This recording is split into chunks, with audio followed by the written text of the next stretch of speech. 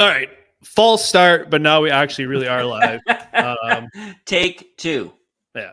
Well, I'll skip with the pleasantries. You want to skip it? Be like, hey, the moral of the story is Tyler's crying because he had to play golf in the cold. He won't commit to coming down to visit me where he could play golf in a simulator, and children are always sick. Okay, we're all caught up now. Yeah. Cool.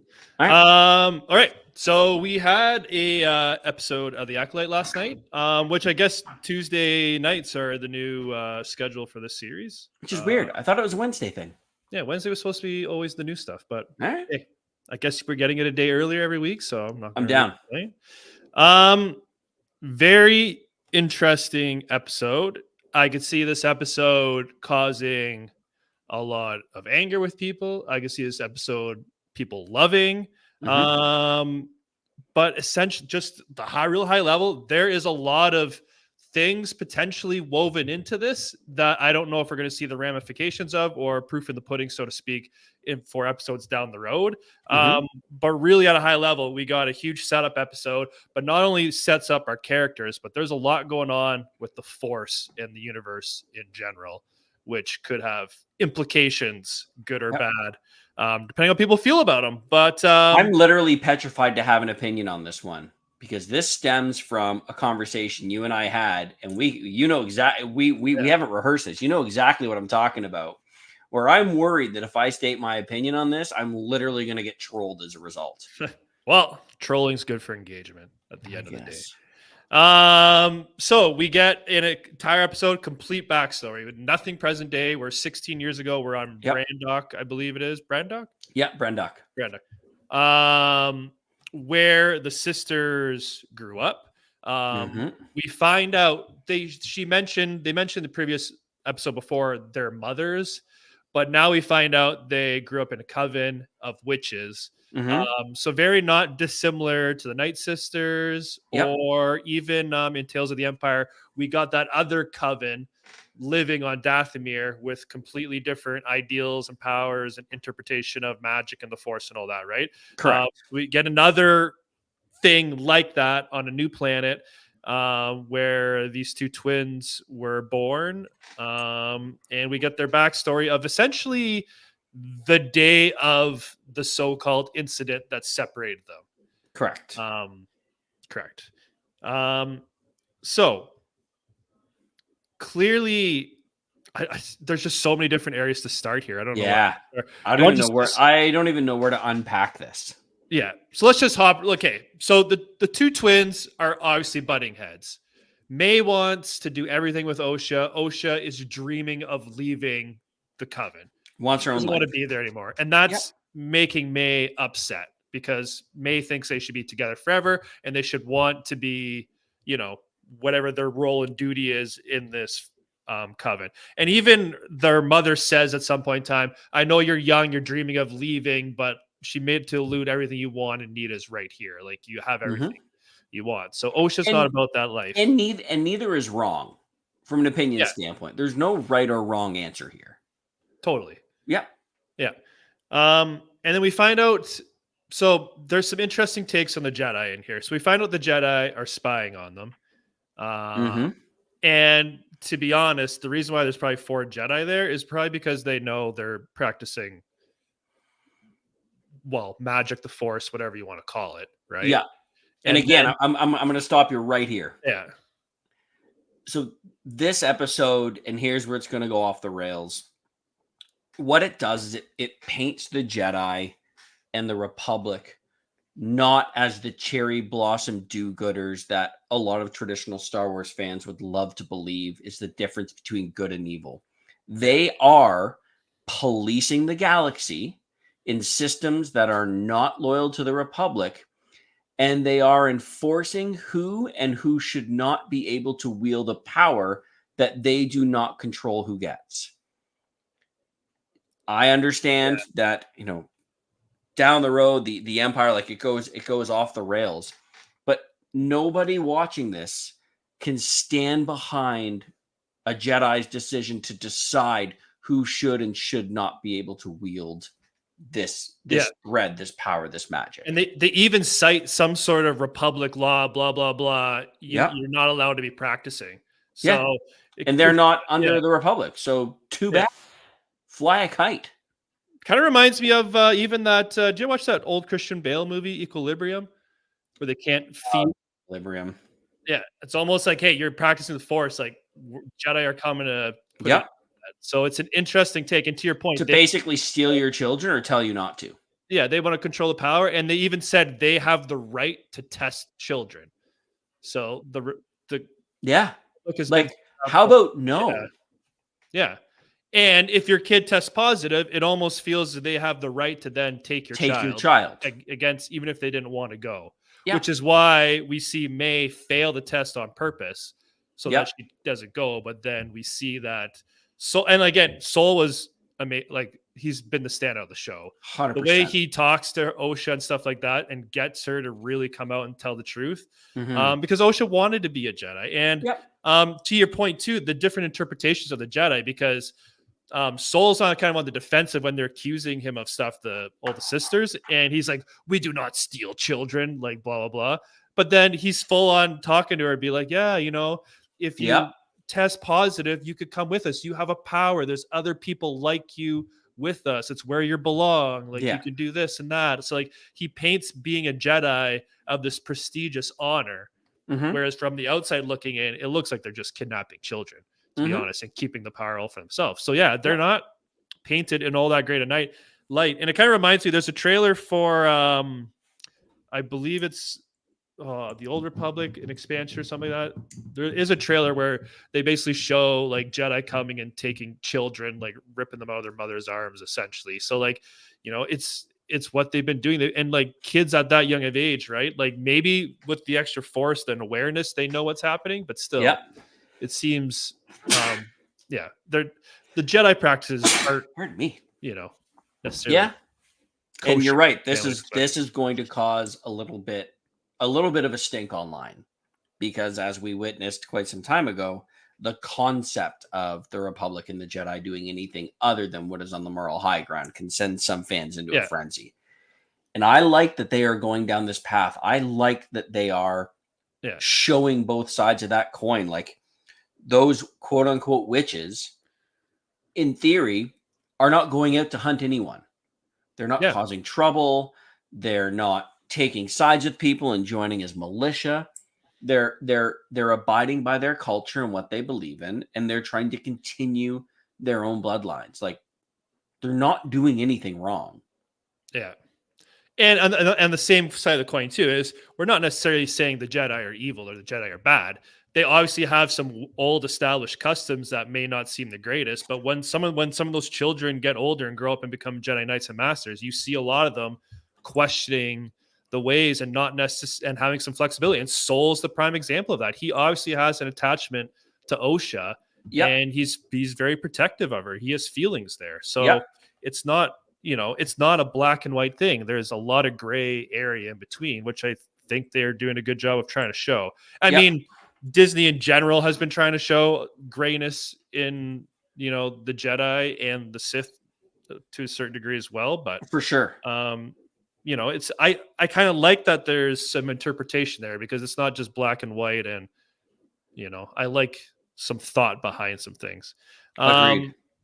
So we kind of touched on, the two twins are going one way or the other. Let's go back to the ceremony that they were having before the Jedi interrupted. So they have an interpretation of the Force. They said, briefly describe how the Jedi feel. They believe it as a thread, and then the power of one and the power of two. And with them being twins, obviously the power of two.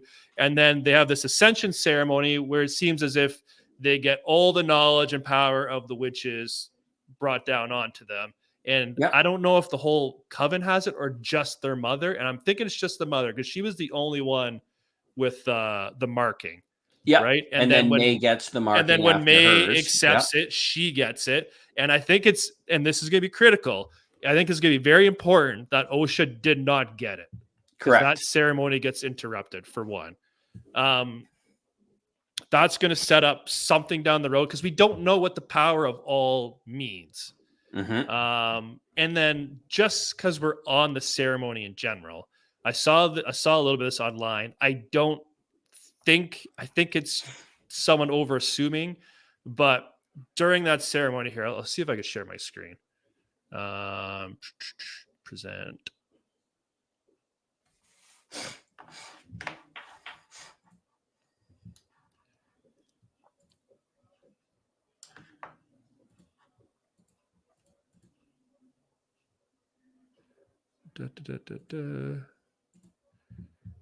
Right, we could see here. There we go. Okay. All right. See this? So I thought it was interesting. Anyways, you have this whole coven here ceremony. Everyone's hoods down, purple, gold, faces exposed. And then you got this mofo right here. And then there's a second one right here, standing at the front, completely black robes, completely covered. You don't see them. I've seen some people speculating that could be some sort of dark side force user who's kind of there observing and potentially influencing the group. Interesting. But I don't know. I don't know if that's a reach. It might just be a bit of a reach. Yeah, it's probably two ceremonial people standing right next to the mother, kind of like for proceeding. But I think that's a bit of a reach. I mean, the last thing they wanted was for anybody to know what they were doing there. Yeah, for anyone to have knowledge. Like they literally said that they were brought to the point of extinction and sought refuge here. Yeah. So she gets the power of the one, and then there's kind of a nice heartfelt discussion between Osha and her mother about how I really want to leave, and she's like, if that's what you really want, follow your destiny, blah blah blah. I thought it was nice. But she didn't say she could. She said that she would take her wishes into consideration when deciding. And then, so this is where stuff gets a little crazy and off the rails, and I'd love your thoughts on this stuff because we get what technically transpires. May hold on, fire. Yeah. Before we jump into this, I'm surprised you didn't jump on something. What's that? Coral says to Mother Aisha, "What happens if they find out how you created them?" She has just created unnaturally force-wielding beings, which is the undertone of everything we have been watching in the Star Wars universe and what Palpatine is trying to accomplish. I was going to get to that. Okay. I'm like, how are you moving on from this? No, that's a huge nugget. All right, okay, cool. I want to talk. I want to talk about the accident first. So she starts the fire. My first thought, and even Kelsey's thought this, we're watching the rock walls just get engulfed with flames. And I'm like, man, if people are losing their mind about a fire in space, just wait till they see a mountain catch on fire. Yeah, that's fair. So it looked a little, I'll admit, I thought that looked a little silly. The only thing my brain could justify is a lot of the times like a lamp, right? It was some sort of space lamp. A lot of times there's accelerant in there, fuel of some sort. You smash it, it starts a bigger fire. But like that fire, it literally went from burning rock in her doorway to setting an entire mountain on fire. Oh yeah, it's a stretch. Well, here's the thing. That seems a little off and silly. It seems like a detail, like it'd be like to miss out or misunderstand how fire works and how materials work. Like it seems like a big miss, but there's another thing that corresponds with this. And when Saul comes and gets them and they're leaving, all the other sisters are just dead, lying on the ground, just laying there, including their mother, dead. Did you not think it's weird that they just all magically perish like that when that room's not even on fire? Yes. So what's going on here, what I think is going on here is the witches aren't telling their daughters the full story and the Jedi. We didn't get the full intent, and you alluded to that. They don't need to know how they're born. We don't know exactly what their purpose and stuff that is there too. We also know the Jedi are lying as well, because we know that May made Torben commit suicide because of the actions they took, right? Yep. I didn't see anything there that was like, oh, bad Jedi, but did the Jedi come in and kill all the witches? Did someone else kill? That's this thing. If it just played out, any saber marks. They just looked dead. But they were rushing over them, like rushing by. There was no stop to look. Well, let me back it up. If that fire at the door caused the whole mountain to turn on fire and all the witches die, this might be the lamest episode ever. If they're on purposely hiding some facts of what went on, then we're going to get some pretty big payoff down the road, which I think is what they're doing. We're also assuming the witches are dead. I mean, I know that's a bit of a stretch, but I think you said it yourself. I think they would have tried to stop May or Osha from being taken if they were alive.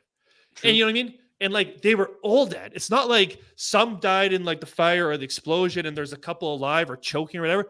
All just flat out gone. Yeah, that's weird. So it to me means like someone went through and went to work. You think Torben went through all of them? Something happened. Something happened. Do you think we'll get more flashbacks of it? From a different perspective, yeah. I hope so. I think they're going to have to show what happened. It's because again, it is friggin' bizarre that little fire in the door did all that damage. I know there's like a weird reactor thing in that mountain with the electrical stuff. I don't know what the heck that was. Yep. But that obviously had some little explosions going on.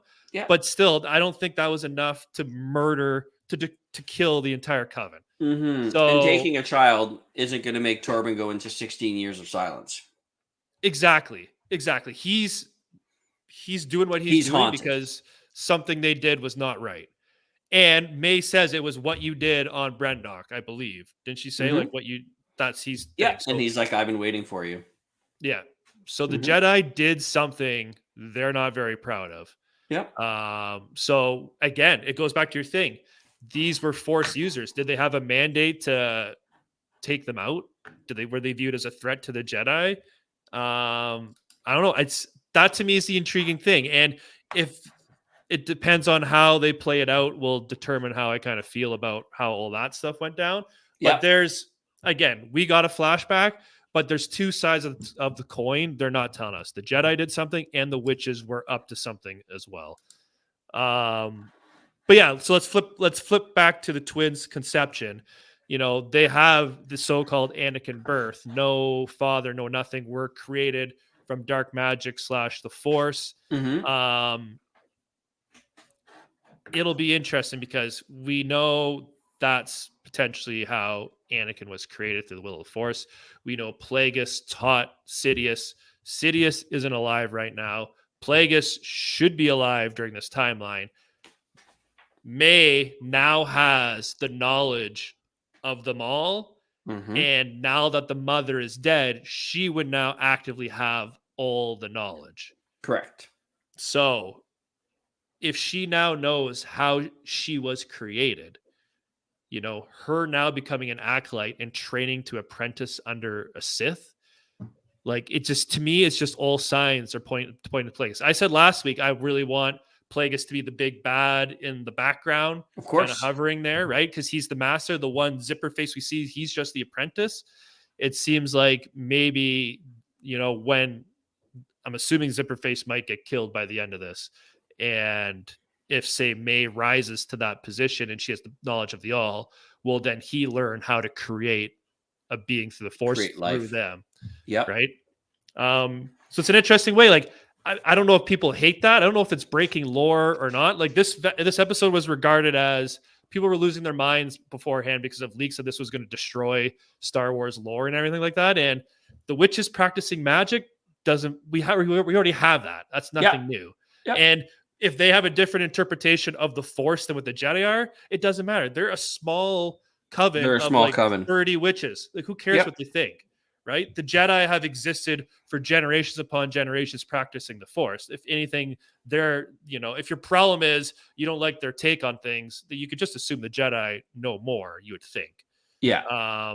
But the whole conception of creating life through magic or whatever, and like we've even seen like the Night Sisters resurrect the dead. Yeah. Like it's not necessarily a new concept in Star Wars. They're just potentially tying it now to Anakin. Yeah. Which I think is interesting. But like, it depends on how they do it. If Plagueis manipulates that coven, gets May to share the knowledge with him and stuff like that, if that's what it ends up being, I think that could be pretty compelling. I think it just ties in the story. I think it just expands on what we've already exactly. what we already think we know, right? Yeah, it's an interesting thing, and I know it's kind of, I don't know if it's been necessarily expressed in canon, right? I know there's EU stuff that's done it, but like it puts some more pieces together for people to you know to bite into, and I think it's, I didn't think they were going to go that deep into that type of lore and the way how things work and stuff like that, and they did, and I credit them for giving it a shot. So Mm-hmm. again, I think it depends on where it goes, because this is very much set up and build to where the season's going to go. So it's last week I said I was very intrigued with where it's going to go. I'm probably just as much intrigued, if not more, now seeing the backstory of Absolutely. these characters. Yep. And I love that they, just to summation of the episode itself, I love that they took an entire episode and really went through it. We've seen Yeah. flashbacks, we've seen 10-15 minutes and back and forths. We've both had our issues with that. I like that they took an entire episode and they went through it from a certain perspective. Probably through OSHA's perspective. Now, will we get it from Torben's or the Matrix? That's true. We got this from OSHA's perspective. So will we get it from, maybe May knows a little bit more. Like, she's actively trying to kill the Jedi. Should she just hate the Jedi because she thinks they tried to take her sister away? Or did she see what the Jedi did to everybody? Right. Yeah. Yeah. So I think there's definitely more to come on what happened there. There is other. I also like the imagery of them running on the bridge to try to get to each other, and like the bridge collapses in half and they split. Yeah, I like the imagery. Did you like? I saw some people complaining about the acting in this one. We mentioned Saul was great as usual. Yeah, and like maybe that's pointed towards the kids, but like I don't know. I have kids, like, to expect them to be like Academy Award winners, like I didn't have an issue with it. I had no issues with it at all. I thought the witches did a good job. I thought Coral did a great job. I thought the mother did a great job. Yep. Yeah, I had no issues with it. All right. Any other thoughts before we wrap this up? None, other than I loved what they did with it. All right, what do you got? What do you got for score? 8-2. 8-2? I'm gonna go from 8 to 8-2. I'm going above the 8 because they did a good job touching on a topic that most people don't like, and which is the Jedi might not always be good. Yeah. What about you? Yeah, like again, my score is going to be heavily dependent on the impact of that fire and why the witches are dead. You know what I mean? Like, so you're like in the 7s. Well, like if that fire did all that damage and that's it, which again, I really don't think so. To me, the episode's like maybe a 7.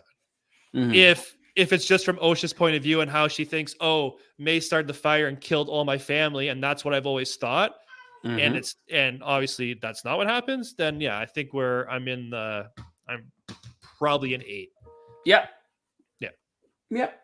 And because, like, again, I thought we got a lot of good lore stuff to chew on, but at the end of the day, it was more setup, and I'm waiting for that to spring forward, roll into some bigger payoffs down the road. So I thought they did a good job of trying to set some stuff up. And again, the twin backstory got a lot more interesting than where it was last week. So I appreciate the added character development, because as we saw in Andor, the more we could develop these characters and try to care about them and know their motivations, where they're coming from, we're only going to care that much more when we get to the final payoff at the end. So yeah, for sure.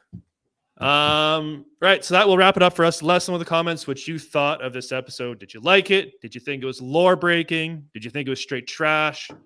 Either way, let us know.